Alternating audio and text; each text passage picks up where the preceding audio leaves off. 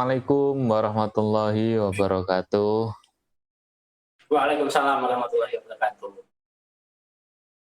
Salam sehat, bahagia, sejahtera untuk kita semua. Amin. Kembali lagi bersama kami di channel Meta Jiwa.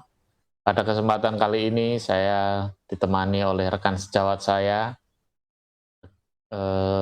Beliau juga seorang psikolog dan beliau berprofesi sebagai seorang dosen. Assalamualaikum, Mas Agil. Waalaikumsalam warahmatullahi wabarakatuh. Bagaimana ini kabarnya? Aman puasanya? Alhamdulillah. Insya Allah masih aman. Dan semoga aman seterusnya sampai 30 hari.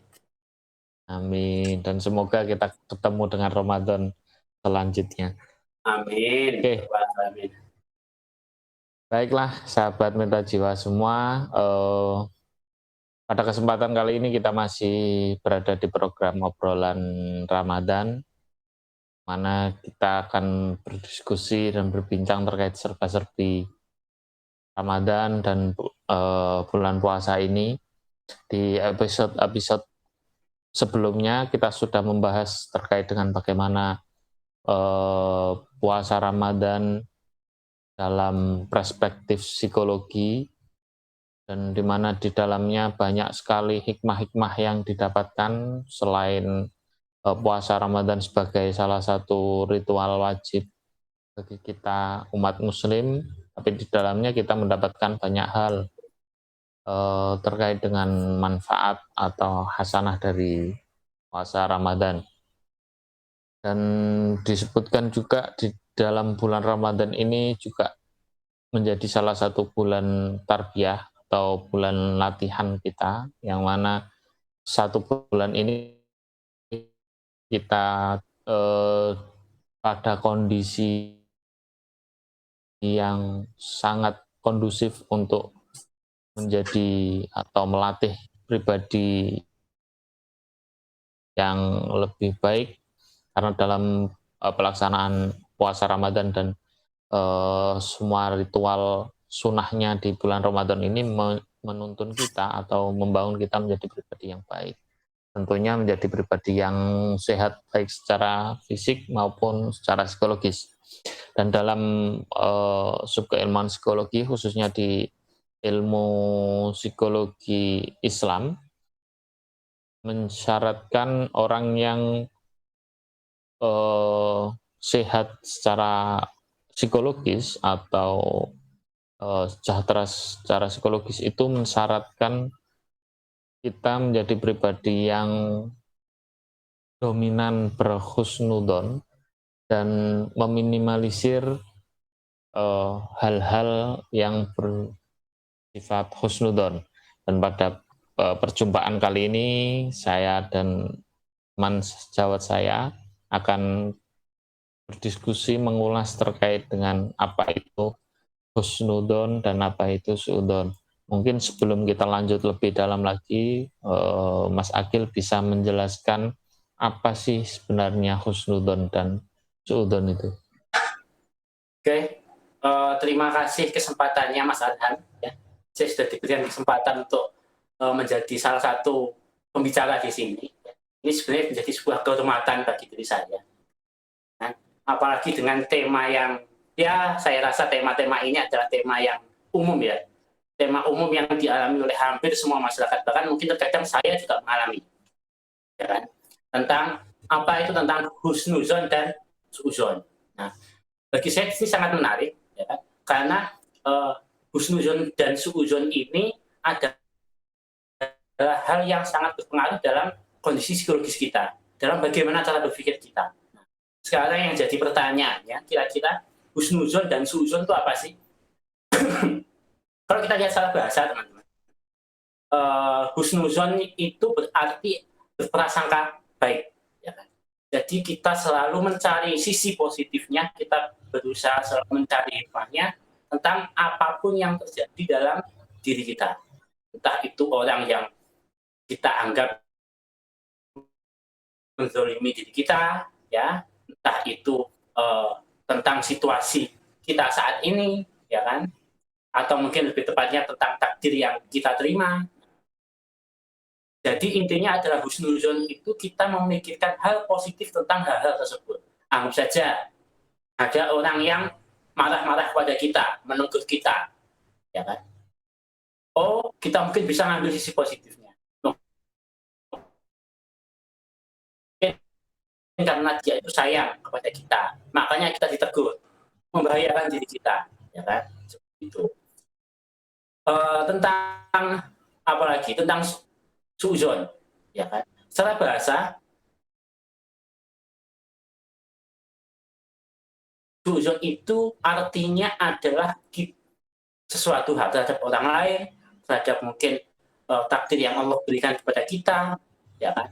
Kita menganggap bahwasanya ketika ada orang yang menegur kita, kita sudah berpikir tentang, oh memang dia itu memang sebenarnya tidak suka sama kita, dia ingin mencelakai kita. Atau mungkin ketika teman-teman ada di sekolah atau ada di kampus, ya kan, teman-teman merasa bahwasanya dia ini sering mencari muka dengan mengolok-olok saya di depan dosen, dengan mempermalukan saya di depan dosen. Nah, padahal mungkin belum tentu hal itu terjadi, kan? Tapi kita sudah berpikir buruk tentang apa yang dia lakukan terhadap diri kita. Nah, secara singkatnya seperti itu, Mas Arham, tentang husnuzon dan suuzon. Oke. Berarti mungkin saya garis bawahi bahwa suudzon dan husnuzon itu prasangka, baik itu terhadap orang lain ataupun terhadap diri sendiri, baik itu kondisi maupun hal-hal yang menyangkut pada sesuatu yang telah terjadi, begitu ya, atau yang akan terjadi pun bisa seperti itu. Oke. Ini menarik. Kenapa menarik? Karena husnuzon dan suudzon ini menjadi apa ya, sesuatu yang terkadang datang atau respon suudzon dan husnuzon ini kemudian sering tidak kita sadari itu muncul dengan secara refleks gitu ya, atau secara tiba-tiba, tidak kemudian kita persiapkan. Nah, apa saja sih yang membuat secara psikologis kita itu cenderung bersikap husnuzon atau bersikap suudzon pada hal-hal yang di luar kuasa kita? Jadi pertanyaannya di sini, gimana, apa sih yang menyebabkan gitu ya? Kenapa sih kok kita ini bisa cenderung, terkadang kita bisa suudzon, terkadang kita bisa husnuzon? Nah, hal-hal seperti ini sebenarnya ada banyak sekali faktornya. Yang pertama mungkin bisa faktor berdasarkan pengalaman. Dia sering mengalami hal-hal buruk, ya kan? Sehingga apa? Sehingga pengalaman-pengalaman buruk ini menyebabkan dia mendefinisikan, ya kan? Dia mendefinisikan bahwa segala sesuatu yang dialami itu terjadi karena disengaja, atau memang orang yang tidak suka dengan dia karena dia punya pengalaman itu sebelumnya. Saya di sini ingin memberikan contoh tentang ketika anggap saja saya sedang presentasi, ya kan? Anggap saja saya mahasiswa, ya kan? Sesuai tampang kan masih pantas ya. Saya seorang mahasiswa. Saya presentasi membahas tentang husnuzon dan suudzon, ya kan? Saya membahas di sana, saya menjelaskan A sampai Z, ya kan? Tiba-tiba ada teman saya yang bertanya. Oke. Bertanya dengan memang sengaja dia sudah ngomong kalau dia ingin menjatuhkan saya, ya sebelumnya, sehingga ketika dia bertanya dan membuat saya tidak bisa jawab, akhirnya kelagapan. Nah, di situ kan sebenarnya ada unsur kesengajaan. Karena apa? Karena memang pada dasarnya ketika kadang itu mahasiswa itu bertanya ke temannya itu untuk ngetes. Dan saya mungkin juga sudah janjian, awas tuan kok pas presentasi tak habisi dan lain sebagainya. Ya kan? Nah, itu kan juga bisa salah satu hal pengalaman yang bisa membuat kita menjadi suudzon. Tapi mungkin butuh intensitas yang lebih. Terlalu sering mengalami pengalaman buruk yang disengaja oleh orang lain. Yang kedua, berdasarkan apa? Berdasarkan lingkungan kita juga berpengaruh. Maksudnya lingkungan seperti apa? Ketika kalian tinggal bersama teman-teman atau mungkin mohon maaf dalam tanda kutip orang tua yang sukanya berpikir negatif tentang tiga macam hal, sadar sadar hal itu juga akan mempengaruhi diri kita ketika kita menilai sesuatu hal, kan? Anggap saja ketika kita nih ngobrol sama teman-teman banyak, teman kita cerita, lah yo si A itu dia sengaja mempermalukan saya ketika saya presentasi. Ternyata kita juga punya pengalaman yang sama, ya kan? Meskipun dalam konteks yang berbeda, tetapi karena semua lingkungan kita mengatakan bahwa si A ini buruk, ya kan? Suka mempermalukan di depan umum, akhirnya kita terbawa perilaku tersebut. Kita ikut suuzon di sana. Kita ikut berprasangka negatif terhadap orang tersebut. Ya kan? Jadi selain dari pengalaman, juga dari lingkungan. Kemudian yang ketiga di sini, ya kan? Yang ketiga di sini bisa juga hal itu karena persepsi kita yang salah. Bisa juga, ya kan? Persepsi kita yang salah terhadap orang lain. Nah, maksudnya di sini seperti apa? Saya sering membahas bahwasanya mungkin teman-teman juga pernah merasa, ya, pada dasarnya beberapa orang dari kita itu sering merasa tentang ketika ada orang yang melihat kita, ya kan, kita ketemu di jalan atau kita duduk, kita makan di kafe atau kita minum di mana, kita ngobrol, ada orang yang melihat kita. Terkadang tanpa sadar itu kita berpikir, dia itu mungkin menilai negatif tentang diri saya. Apa yang kurang dalam diri saya kok dia ngelihatin saya seperti itu. Nah, itu kan sebenarnya juga tentang persepsi yang salah. Belum tentu dia melihat kita itu dengan pikiran negatif. Bisa saja hanya sekilas melihat, atau bisa saja kita itu mirip temannya, atau seperti apa. Jadi kita cenderung sudah memutuskan dulu, ya kan? Kita sudah memutuskan bahwa orang tersebut berpikiran negatif kepada kita, sehingga kita memikirkan atau suuzon terhadap orang tersebut. Itu. Jadi bisa dikatakan tentang lingkungan berpengaruh, ya kan, kemudian pengalaman dan persepsi yang salah, persepsi kita yang salah terhadap orang lain. Seperti itu. Kalau terkait dengan ciri kepribadian tertentu, ada enggak kaitannya dengan kecenderungan kita untuk bersuudon, dominan suudon, atau misalnya atau kita dengan ciri kepribadian tertentu kita punya pretensi atau punya potensi untuk kecenderungan berhusnudon pada suatu hal tertentu, itu ada nggak korelasinya? Kalau secara ilmiah, berdasarkan, saya belum pernah menemukan hal tersebut, ya kan? Tetapi di sini terkadang itu di masyarakat, citra yang ada di masyarakat itu kan kecenderungnya orang yang introvert, ya kan? Ini yang ada di masyarakat cenderungnya orang yang introvert itu dia akan lebih sering bersuuzon. Bersuuzon, oke. Iya, kenapa kok demikian? Kenapa kok citra yang ada di masyarakat seperti itu? Karena cenderungnya orang yang introvert itu mereka jarang ini dalam tanda kutip citra yang ada di masyarakat, teman-teman, ya. Belum tentu orang introvert seperti itu, tetapi rata-rata di masyarakat itu sudah muncul hal tersebut. Jadi dianggap stigma, orang introvert, stigma, betul sekali. Dianggap orang introvert itu dia punya kecenderungan untuk suuzon yang lebih besar. Kenapa kok demikian?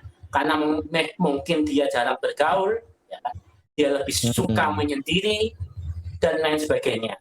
Nah, sedangkan sepaham saya, berdasarkan dari referensi yang saya miliki, kita juga harus membedakan antara orang introvert, ya kan, yang memang dia lebih nyaman sendiri dengan beberapa jenis gangguan psikologi. Dan salah satunya seperti adanya kecemasan sosial.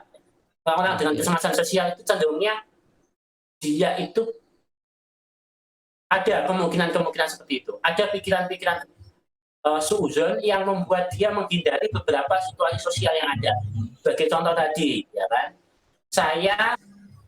saya mengalami kecemasan sosial nih, dan saya tidak nyaman ketika ada orang yang melihat saya. Kenapa kok saya tidak nyaman ketika ada orang yang melihat saya? Karena ketika saya melihat ada orang yang melihat saya berpikir bahwasanya orang itu mungkin berpikir buruk tentang diri saya, ya kan? Atau ketika saya sedang presentasi, Jangan-jangan orang-orang yang memiliki kecemasan sosial tinggi, mereka kan punya kecenderungan bahwasanya ketika nanti saya menyampaikan sesuatu di depan umum, ya kan, apakah saya bisa menyampaikannya secara lancar? Itu yang pertama. Kemudian gimana nanti kalau ada hal-hal yang memalukan terjadi? Jadi dia selalu berpikir tentang hal-hal negatif yang sebenarnya itu belum tentu terjadi.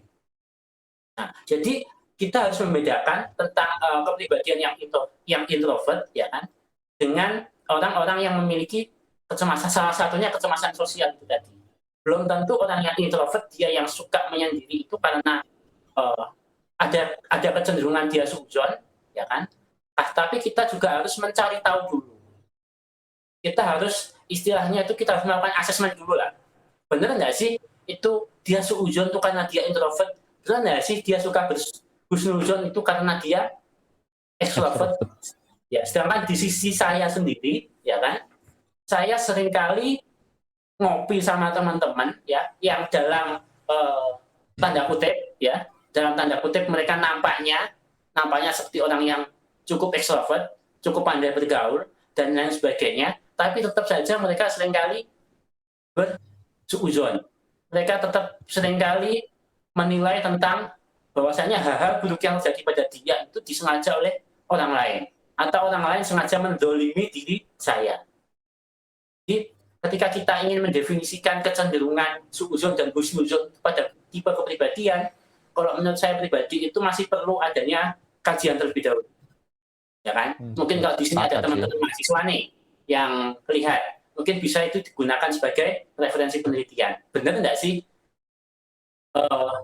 suuzon dan husnuzon itu erat kaitannya dengan introvert dan extrovert? Ya, saya rasa itu perlu kajian lagi. Kecuali memang mereka yang punya kecemasan sosial atau punya gangguan gangguan yang lainnya seperti itu. Oke, bisa saya tangkap berarti stigma yang beredar di masyarakat terkait dengan orang yang punya ciri kepribadian introvert itu cenderung diasosiasikan dengan dominan selalu bersuudon dengan kondisi sekitar atau bersuudon pada orang lain itu sebenarnya hanya stigma saja ya. Kebenarannya masih perlu ditelaah lebih lanjut gitu. Atau perlu Betul adanya sekali. studi. Masih perlu dikaji juga. Oke, saya menangkap poinnya. Jadi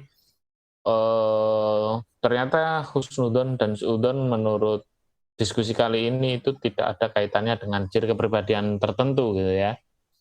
Kalaupun kaitannya dengan gangguan-gangguan psikologis yang mencirikan antisosial misalnya atau gangguan kecemasan sosial itu masih peluangnya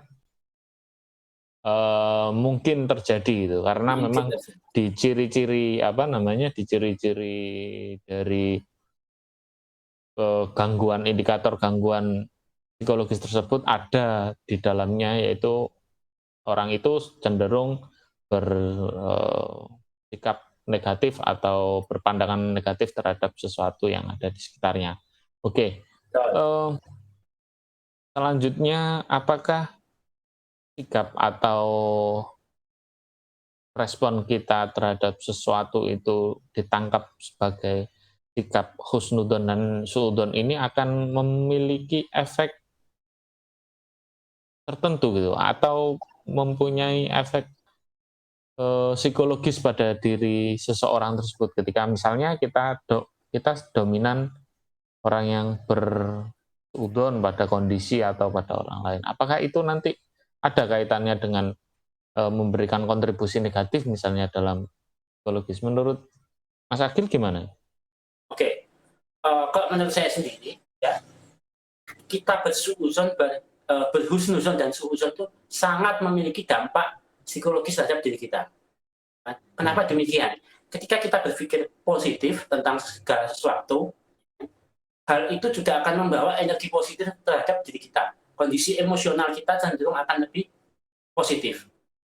Ketika kita berpikir positif, ya kan, cenderungnya itu membuat diri kita lebih tenang, ya kan? Kita bisa menerima hikmahnya, kita mungkin bisa bahagia mungkin. Kenapa kok demikian? Mungkin hal tersebut bisa kita gunakan sebagai pelajaran. Oh, berarti nanti ketika hal itu terjadi lagi, ini loh yang bisa saya persiapkan. Ya kan? Sedangkan dan kita selain itu ini teman-teman, kita juga bisa menjalin relasi yang bagus dengan orang lain. Itu adalah salah satu kuncinya. Ketika kita berpikir positif terhadap orang lain, anggap saja kalian mahasiswa, kalian ketemu dosen pembimbing skripsi yang killer, ya kan? Yang dia itu selalu marah-marah, selalu minta direvisi, hari ini revisinya A, ya kan? Besok B, dan lain sebagainya. Mungkin kalian juga perlu berhusnuzon. Oh, beliau minta yang aneh-aneh ini karena beliau percaya pada diri saya bahwa saya mampu. Kan? Itu. Kenapa kok teman-teman saya digampangkan? Sedangkan saya kok dipersulit. Coba kalian mikir aja bahwasanya ini dosen A ini merasa bahwa mungkin saya lebih dari teman-teman yang lainnya. Jadi dia ingin mendapatkan hasil terbaik dalam diri saya. Sedangkan dia melihat potensi di teman-teman saya itu kelihatannya biasa-biasa aja. Ya, seperti itu. Jadi kita berusaha berpikir positif agar tidak bersuuzon. Lah iya, dosen A ini saya sudah bolak-balik kemarin minta A, sekarang minta B, dan lain sebagainya. Emosi malas seperti itu cenderungnya membuat perasaan kita tidak nyaman, kita jengkel juga saat kita bertemu beliau, ya kan? Kita mungkin akan tidak nyaman ketika bimbingan, karena ayo, mana lagi yang salah? Selalu berpikir seperti itu. Dan itu pastinya akan berpengaruh dalam diri kita. Bisa memicu stres juga, bisa memicu depresi ketika stresnya tidak ditangani. Mungkin kalau teman-teman bisa searching di Google, ya kan, atau dimanapun, banyak sekali kasus percobaan bunuh diri. Saya pernah baca itu. Karena dia tidak lulus skripsi, meskipun sebelumnya sudah ada permasalahan pencetusnya, hanya saja ada tambahan skripsi ini, akhirnya dia menjadi semakin stres dan depresi. Dan kan setidaknya menjadi salah satu faktor di sana. Nah, itu karena apa? Karena dia juga sering berpikir negatif tentang kenapa kok semuanya serba sulit. Dia tidak mencoba untuk mencari sisi positifnya. Apa hikmah dari hal tersebut? Oh, oke. Dosen saya ketat, dosen saya galak, berarti hikmahnya apa? Mungkin dia ingin saya ini punya semangat juang yang lebih tinggi. Ini melatih saya agar saya punya semangat juang yang lebih tinggi. Saya tidak mudah menyerah, ya kan? Atau mungkin karena agar saya dengan perlakuan dosen saya yang seperti ini, saya bisa lebih bersemangat lagi untuk menyelesaikan, ya kan? Karena apa? Karena saya sudah tidak mau ketemu lagi sama si dosen. Itu kan juga bisa dijadikan suatu emosi motivasi positif, ya kan? Motivasi ketika kita mencoba untuk mengambil segala sesuatu dari sisi positifnya, atau mengambil segala sesuatu menjadi sebuah motivasi dalam diri kita. Itu. Jadi ini erat kaitannya dengan kondisi psikologis kita dan hubungan kita dengan orang lain. Kalau mungkin saya pernah melihat salah satu film, teman-teman. Kalau mungkin teman-teman pernah lihat juga, saya pernah nonton film Three Idiot, ya. Salah satunya di situ ada afirmasi atau kata-kata positif yang diucapkan, all is well, all is well, all is well. Disitulah pentingnya adanya pentingnya adanya pemikiran positif. Untuk apa? Untuk mengatakan kepada diri kita bahwasanya tidak semua hal buruk yang kita pikirkan itu bisa menjadi kenyataan. Mungkin itu bisa menjadi hal yang positif, ya kan? Dan itu bisa tidak seburuk yang kita bayangkan. Seperti itu. Jadi penting bagi kita untuk menata istilahnya, agar kita itu selalu berpikir positif atau berhusnuzon. Setidaknya apa? Untuk kesehatan mental kita, agar kita selalu bahagia, kita tidak gampang stres, kita tidak ke depresi, dan seterusnya. Seperti itu. Oke, saya mencoba mengelaborasi dari apa yang Mas Agil jelaskan di awal tadi, bahwa faktor-faktor yang menyusun atau yang membentuk kita menjadi pribadi yang cenderung husnudon atau menjadi pribadi yang cenderung suudon itu adalah banyak hal, mulai dari pengalaman, terus apa tadi lingkungan, setelah itu persepsi yang membentuk dan lain sebagainya. Tapi dari begitu Mas Agil tadi menjelaskan bagaimana kemudian husnudon dan suudon ini memberikan kontribusi pada psikologis kita, saya menemukan benang merah bahwasanya sebagaimanapun kita terbentuk dalam lingkungan atau pengalaman yang masa lalu yang mungkin secara ekstrim buruk dan membuat kita cenderung mempunyai potensi menjadi pribadi yang suudon, tentunya tidak menjadi benang merahnya kemudian kita tidak menjadi seseorang yang pasrah pada kondisi yang kita terbentuk menjadi seseorang yang husnudon. Tadi kalau dari contohnya banyak hal yang bisa membuat kita menjadi husnudon dengan strategi-strategi yang tadi dijabarkan oleh Mas Agil gitu ya. Betul. Oke. Lantas bagaimana kemudian skill apa kira-kira menurut Mas Agil yang perlu kita bangun supaya kita menjadi pribadi yang husnudon, karena tadi husnudon sangat powerful dalam apa namanya memberikan impact positif pada kehidupan kita. Lantas apa nih harus yang kita kejar ketika kita tumbuh menjadi seseorang yang mempunyai kecenderungan yang husnudon dan kemudian kita mempunyai insight bahwa kita harus menjadi pribadi yang suudon, kira-kira apa tips untuk membuat atau skill apa yang perlu kita pelajari untuk membuat kita menjadi orang yang cenderung berhusnudon? Oke. Ketika caranya agar kita bisa husnuzon, maksud saya bukan suudon. Ya. Karena apa, cenderungnya husnuzon itu sangat berpengaruh dalam diri kita tentang bagaimana emosi kita dan lain sebagainya. Ya. Kita perlu ingat teman-teman di sini, husnuzon dan suuzon ini erat kaitannya dengan fungsi kognitif kita atau cara berpikir kita. Ya kan? Nah, sedangkan cara berpikir kita tersebut juga itu berpengaruh terhadap emosi kita. Jadi konsep awalnya bagaimana cara kita berpikir, kemudian ada suuzon dan husnuzon, dan itu akan berpengaruh terhadap diri kita. Lalu bagaimana caranya? Karena itu berhubungan dengan fungsi kognitif kita atau cara berpikir kita, kita bisa sering-sering menggunakan afirmasi kalimat-kalimat positif. Seperti yang saya contohkan tadi, ya kan? Kita berpikir tentang, oh semua akan baik-baik saja. Kalau mungkin teman-teman pernah lihat 3 tadi, pemeran utamanya itu sering mengatakan all is well, all is well, all is well. Hal itu setelah tidak kita sadari itu menjadi sebuah afirmasi.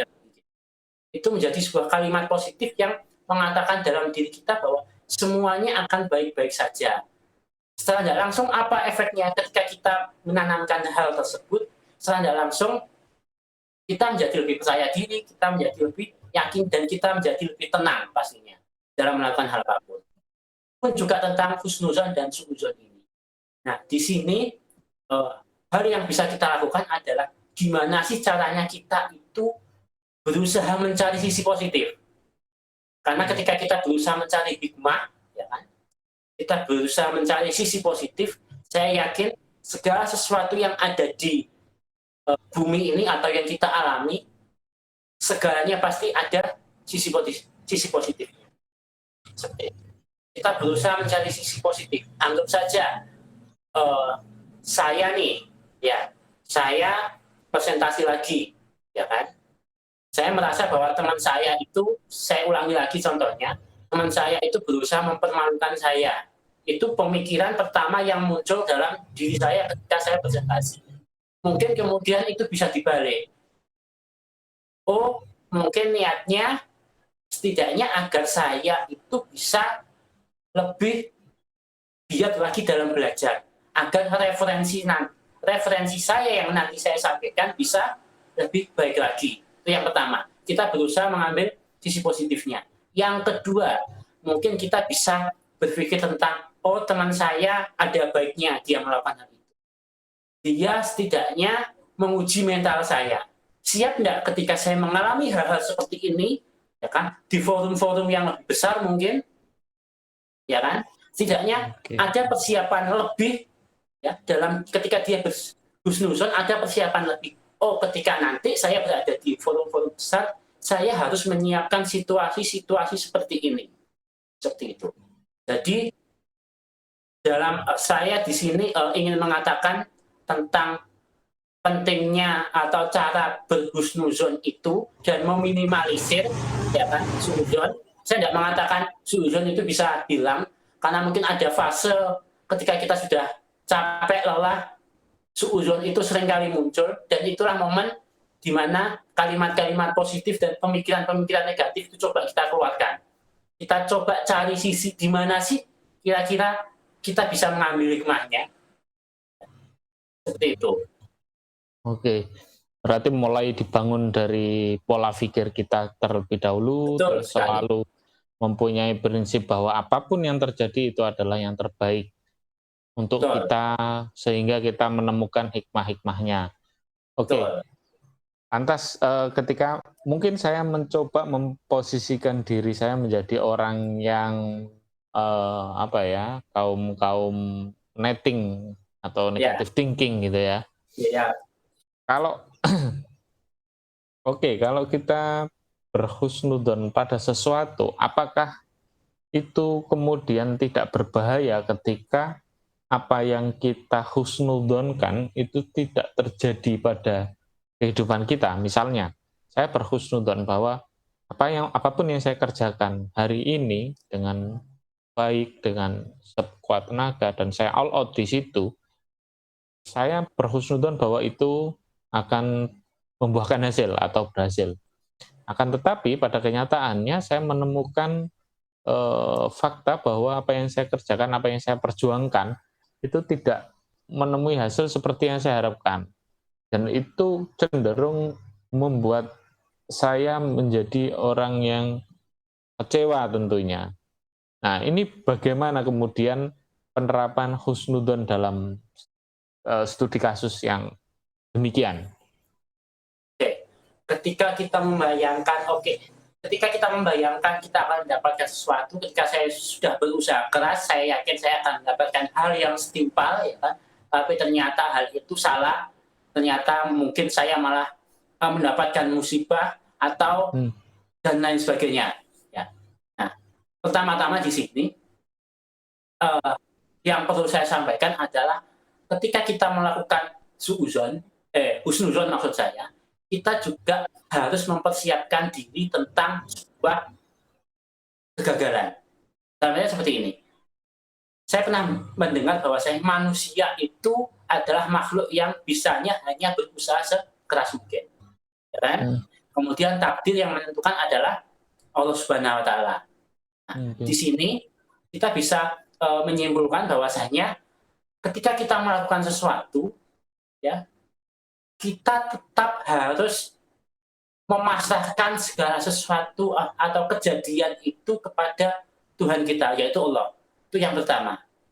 Jadi kita pasrahkan, kita tetap berusaha sekeras mungkin, tetapi hasilnya kita pasrahkan pada Allah Subhanahu wa Ta'ala. Itu yang pertama. Yang kedua, penting bagi kita untuk melakukan antisipasi kejadian-kejadian buruk. Sebagai contoh, saya pengen jadi pengusaha, saya ingin jualan kaos, ya kan? Tapi ternyata kaos saya tidak laku. Saya sudah coba jual secara online, saya sudah tawarkan door to door, saya sudah buka toko, tetapi hal itu masih belum laku juga. Nah, di sini kita juga harus melakukan persiapan terhadap diri kita. Nanti gimana kalau seandainya apa yang saya lakukan ini gagal? Kenapa kok demikian? Untuk menghindari perasaan jatuh sejatuh-jatuhnya. Karena ketika kita terlalu berpikir positif, kita terlalu berpikir tentang kita di masa depan kita akan mendapatkan hal yang baik, di masa depan kita akan mendapatkan hal yang sesuai dengan apa yang kita inginkan, terkadang ketika sesuatu hal itu tidak sesuai dengan apa yang kita inginkan, itu bisa membuat kita stres, bahkan mungkin depresi. Di sini, jadi saya sarankan untuk teman-teman, ya kan, suudzon itu penting, tetapi kita juga harus menyiapkan bagaimana jika saya gagal, atau kita harus bisa mengikhlaskan bahwasanya sebuah kegagalan itu adalah bagian dari perjuangan. Atau kita mungkin juga bisa cari lagi, hikmahnya gagal itu apa sih? Apakah benar bersuudzon saya lagi, berhusnudzon lagi berarti atas perlu kegagalan. berhusnudzon lagi? Apakah benar bahwasanya saya itu sudah maksimal? Apakah benar bahwa ketika nanti saya berhasil dalam hal tersebut, saya bisa mempertahankan perilaku saya? Ya kan? Jadi seperti yang saya katakan tadi, yang pertama kita pasrahkan pada takdir, ya kan? Pasrahkan pada takdir dari Allah Subhanahu Wa Taala. Yang kedua, ya, sepositif apapun kita tetap harus berpikir tentang konsekuensi atau resiko. Dan yang ketiga di sini, kembali lagi, di balik segala macam hal negatif pasti ada sisi positifnya. Jadi kita tetap berusaha mencari sisi positifnya dari pengalaman kita. Baiklah, ya cukup jelas sekali bahwa apa yang disampaikan oleh Mas Agil tadi, artinya dalam kita bersuudzon dan berhusnudzon itu tentunya ada takaran yang tidak boleh lebih banyak dan tidak boleh yang lebih sedikit. Artinya ketika kita berhusnudzon yang terlalu ekstrim, nanti jatuhnya akan overconfident dan kita tidak menyiapkan diri tentang kegagalan. Ya betul, tidak menyiapkan diri untuk resiko-resiko atau kemungkinan-kemungkinan yang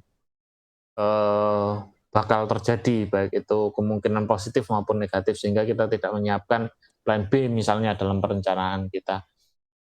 Oke, kita dapat insight baru bahwa husnudzon dan suudzon itu memang dua hal yang ketika pada porsinya itu akan menjadi sesuatu yang baik untuk kehidupan kita. Begitu juga husnudzon. Ketika husnudzon itu dalam rangka sebagai kewaspadaan kita mengantisipasi sesuatu, itu menjadi sesuatu hal yang baik untuk kehidupan kita. Begitu Mas Agil ya? Yeah. Oke. Baiklah teman-teman, karena kita terbatas waktu, sebenarnya banyak hal yang perlu dan masih banyak hal yang bisa kita dalami lagi terkait dengan husnudzon dan suudzon terhadap kehidupan kita, baik itu kepada orang lain maupun terhadap kondisi diri kita. Mungkin untuk yang terakhir, closing statement dari Mas Agil terkait dengan husnudzon dan suudzon, sehingga bagaimana kemudian kita menjadi pribadi yang sehat. Closing statement atau pernyataan terakhir saya di sini, ya kan? Ketika saya tadi cari tentang husnudzon dan suudzon ini, saya sempat membaca bahwasanya dalam Islam sendiri kita juga dilatih untuk berprasangka baik, ya kan? Bahkan di sini dikatakan dalam surat Al-Hujarat, ya kan? Ayat 12, di situ dikatakan bahwasanya wahai orang-orang beriman, jauhilah olehmu sebagian besar dari prasangka. Sesungguhnya sebagian dari prasangka itu adalah sebuah keburukan atau sebuah dosa.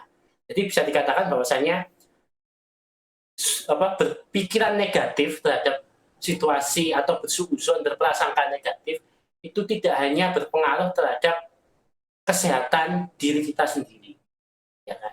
Tidak berpengaruh terhadap gimana hubungan kita dengan orang lain. Tapi di sini dikatakan bahwasanya berprasangka buruk itu juga ada dosa yang kita dapatkan atau ada keburukan yang kita dapatkan, seperti itu. Jadi selain dari sisi kesehatan psikis kita, hubungan kita dengan orang lain, di sini di agama juga dikatakan bahwasanya berprasangka buruk itu juga akan menimbulkan hal buruk lagi terhadap diri kita. Seperti itu. Oke, luar biasa sekali. mungkin kita nanti jika ada kesempatan lain lagi kita akan sambung terkait dengan diskusi kita yang sebenarnya masih banyak sekali hal yang bisa kita explore, dan itu menjadi fenomena yang umum dan lazim terjadi pada kehidupan kita dan kehidupan masyarakat kita, yang mana mempunyai impact yang besar dalam kehidupan kita. Hal-hal kecil ini banyak memberikan impact besar, salah satunya yaitu berhusnudon dan bersuudon. Dan mungkin itu yang bisa kami sajikan kepada sahabat Meta Jiwa. Kurang lebihnya kami mohon maaf. Dan untuk penutup dari kami, saya juga mengutip salah satu ayat, yaitu kurang lebih artinya yaitu Allah itu sebagaimana prasangka makhluknya. Dan dalam konteks ini kita dituntun atau kita diajarkan bahwa kita harus berprasangka baik terus, karena dengan kita berprasangka baik terus kita akan mendapatkan apa yang kita prasangkakan tersebut. Sekian dari saya, kurang lebihnya mohon maaf. Wassalamualaikum warahmatullahi wabarakatuh. Waalaikumsalam warahmatullahi wabarakatuh.